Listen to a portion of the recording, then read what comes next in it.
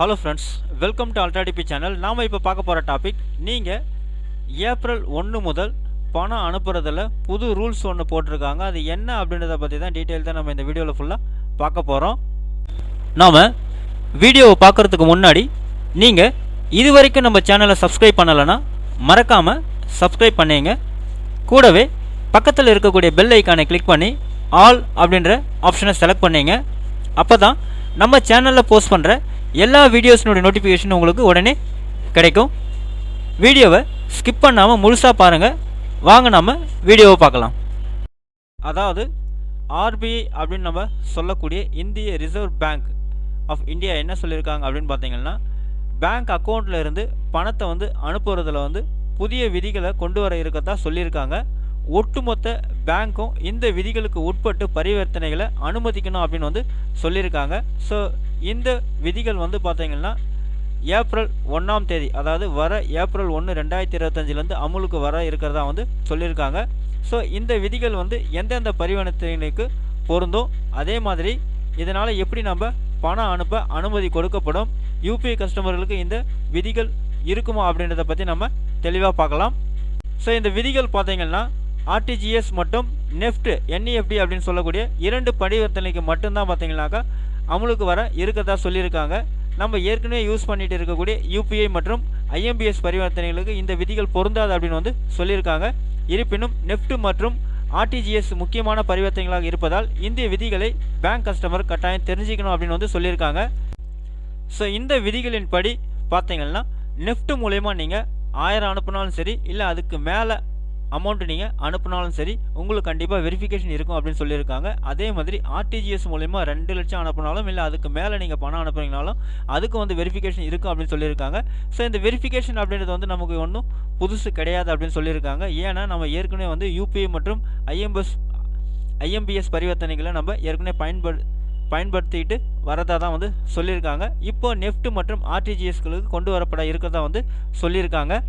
நாம் net banking, mobile banking அல்லது bank app மூலமா இந்த ஆர்டிஜிஎஸ் மற்றும் என்இஎஃப்டி பரிவர்த்தனைகள் செய்யப்படுறதா சொல்லியிருக்காங்க. இப்படியான பரிவர்த்தனைகளை நம்ம செய்யும்போது நீங்கள் பணம் அனுப்ப வேண்டிய நபருடைய அக்கௌண்ட் நம்பரும் ஐஎஃப்எஸ்சி கோடு மட்டும் இருந்தால் போதும், நீங்கள் உங்களுடைய டிரான்சாக்ஷனை கம்ப்ளீட் பண்ணலாம்னு சொல்லியிருக்காங்க.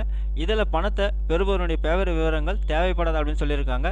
இதனால் எந்த நபருக்கு நம்ம பணம் அனுப்புகிறதே நமக்கு தெரியாமல் இருக்கிறதா சொல்லியிருக்காங்க. ஆனால் யூபிஐ மற்றும் ஐஎம்பிஎஸ் பரிவர்த்தனைகளில் உங்களது பணத்தை பெறும் நபரின் பெயர் விவரங்கள் இடம்பெற்று இருக்குது அப்படின்னு சொல்லியிருக்காங்க. ஆகவே நம்ம யாருக்கு பணம் அனுப்புகிறோம் அப்படின்றது நமக்கு தெரிஞ்சிக்க முடியுது அப்படின்னு சொல்லியிருக்காங்க.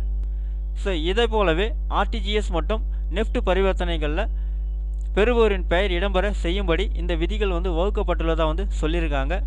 ஆகவே ஏப்ரல் 1ஆம் தேதியிலிருந்து ஆர்டிஜிஎஸ் மற்றும் நெஃப்ட் பரிவர்த்தனைகளில் பெறுவோரின் அக்கௌண்ட் பெயர், பெனிஃபிஷரி அக்கௌண்ட் நேம் கட்டாயம் காண்பிக்கப்படும் அப்படின்னு சொல்லியிருக்காங்க. இதை கஸ்டமர்கள் வெரிஃபிகேஷன் செய்து கொள்ளலாம் அப்படின்னு சொல்லியிருக்காங்க. இந்த வெரிஃபிகேஷனை செய்த பிறகு பரிவர்த்தனைகளை முடிக்க முடியும் அப்படின்னு சொல்லியிருக்காங்க. ஸோ இந்திய ரிசர்வ் வங்கி இந்த விதிகளை ஒட்டுமொத்த பேங்க்களும் கொண்டு வர இருக்கத்தான் சொல்லியிருக்காங்க. இந்த விதிகளின்படியே கஸ்டமர்களுக்கு சேவை வழங்க அனைத்து பேங்க்குகளுடன் இந்திய தேசிய கொடுப்பனவு கழகத்துக்கு, அதாவது National Payments Corporation of India இணைந்து செயல்பட இருக்கத்தான் சொல்லியிருக்காங்க. முன்னதாக National Payments Corporation of India UPI பரிவர்த்தனை ஐடி, அதாவது யூபிஐ டிரான்சாக்ஷன் ஐடி விதிகளை அமலுக்கு கொண்டு வந்திருக்கதா சொல்லியிருக்காங்க. இந்த விதிகள் பார்த்திங்கன்னா பிப்ரவரி 1ஆம் தேதியிலேருந்து அமலுக்கு கொண்டு வந்திருக்கதான் சொல்லியிருக்காங்க. ஸோ அது ஒட்டுமொத்த யூபிஐ கஸ்டமர்களுக்கும் அமலுக்கு வந்துச்சு அப்படின்னு சொல்லியிருக்காங்க. இந்த விதிகளின்படி யூபிஐ பரிவர்த்தனை ஐடிகளில் சிறப்பு எழுத்துக்கள், அதாவது ஸ்பெஷல் கேரக்டர்கள் முற்றிலும் தவிர்க்கப்பட்டு இருக்குது அப்படின்னு சொல்லியிருக்காங்க.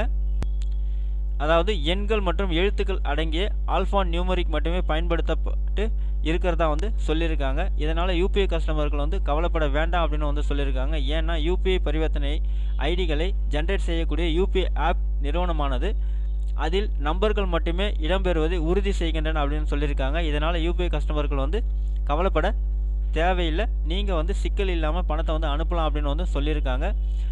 ஸோ இந்த இன்ஃபர்மேஷன் மூலமா என்ன சொல்லியிருக்காங்க அப்படின்னு பார்த்தீங்கன்னாக்கா, ஸோ யூபிஐ அண்டு ஐஎம்பிஎஸ் மூலமா நம்ம பணம் அனுப்பும்போது யாருக்கு பணம் அனுப்புகிறோம் அப்படின்றது detail, name, account number details எல்லாமே நமக்கு தெரியுது. ஆனால் ஆர்டிஜிஎஸ் அண்டு என்இஎஃப்டி மூலமா அனுப்பும்போது அது தெரியதில்லை. ஸோ அதை இப்போது தெரிகிற மாதிரி கொண்டு வர இருக்கிறதா சொல்லியிருக்காங்க.